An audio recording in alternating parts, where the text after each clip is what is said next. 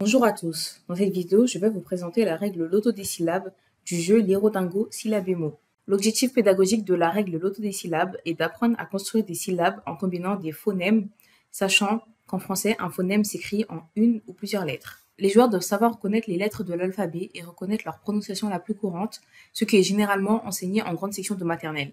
Si ce n'est pas encore le cas, nous vous recommandons de jouer préalablement au jeu L'irodingo Lettrisson. La règle loto des syllabes se joue entre 1 à 4 joueurs et est jouable dès 5 ans. Le but du jeu est de terminer les 3 premières syllabes des mots de sa carte et de réussir à prononcer ces syllabes correctement. Pour mieux expliquer la règle, nous allons vous montrer son déroulement sur une partie réelle. Le jeu se déroulera entre Eric et Emily. Il doit être supervisé par un adulte pour la vérification des prononciations. Pour commencer, on choisit un niveau de difficulté entre 1 et 4. Choisissons le niveau 1.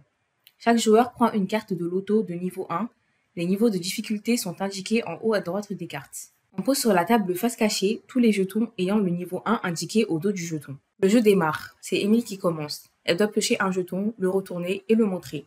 Elle pioche un jeton C. Comme elle a un C dans la première syllabe de copine, elle peut poser le jeton dessus. Si elle n'avait pas eu de C, elle aurait dû le proposer aux autres joueurs, donc à Eric.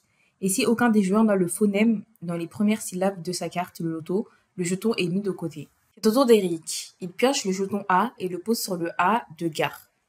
C'est au tour d'Emily. Elle pioche un jeton A. Comme elle n'a pas de A dans les premières syllabes de sa carte, elle le propose à Eric qui le pose sur le A de salade. C'est au tour d'Eric. Il pioche un jeton S et le place sur salade. Comme il a complété une syllabe, il doit la prononcer. Il prononce ça. Emily pioche un jeton L et le place sur lune. Eric pioche un jeton C et le place sur café. Emily pioche un jeton O et le place sur copine. Comme elle a complété une syllabe, elle doit prononcer co. Eric pioche un jeton A et le place sur café. Comme il a complété une syllabe, il prononce K. Emily pioche un jeton G, elle ne peut pas le placer sur sa carte loto. Elle le propose donc à Eric qui le place sur gare. Comme Eric a complété une syllabe, il prononce ga.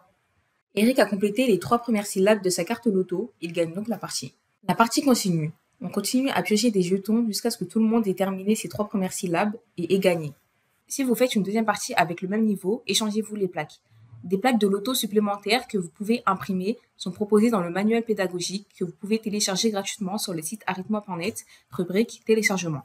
Quand vous aurez joué à quelques niveaux de loto des syllabes, vous pourrez passer à la règle loto des mots qui permet de constituer des mots avec plusieurs syllabes. La règle loto des mots est similaire avec loto des syllabes, mais chaque joueur complète entièrement les mots de sa carte plutôt que la première syllabe de sa carte. Nous vous souhaitons de joyeuses parties de loto des syllabes avec l'Irodingo syllabes et mots.